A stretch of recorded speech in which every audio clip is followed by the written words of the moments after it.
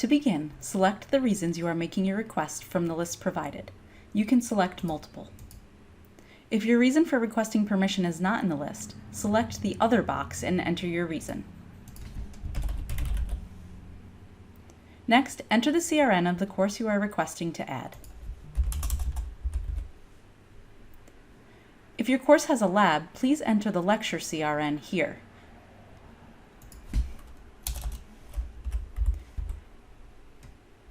You will be prompted for preferred lab information if applicable.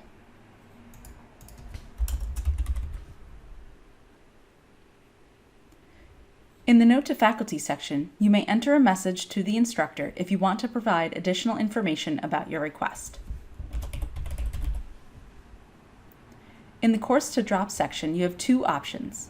If you are not yet registered for 4 courses and don't need to drop a course, click the box labeled "I am adding only and do not need to drop anything." If this box is selected, you will be prompted to indicate your expected credit range for the term. If you do need to drop something to make room, add the CRN in the space provided. If the course you are dropping has a lab, you only need to indicate the lecture CRN. The registrar's office will drop you from all co-recs. In the Note to Registrar's Office section, you may include a message for the registrar's office staff if needed. Click Submit to send your request to the instructor. What happens next? You will receive email confirmation with a link to the form you submitted.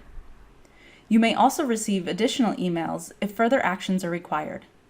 Not everyone will receive additional emails, but it's important to pay attention. Your request may be delayed or denied if these additional steps are not completed. The instructor will receive an email with your request. They will review the information and approve or deny. If denied, you will receive an email notification. If approved, the registrar's office will be notified and will make the changes to your schedule. Once processed by the registrar's office, you will receive a confirmation email of the changes and be prompted to review your schedule for accuracy.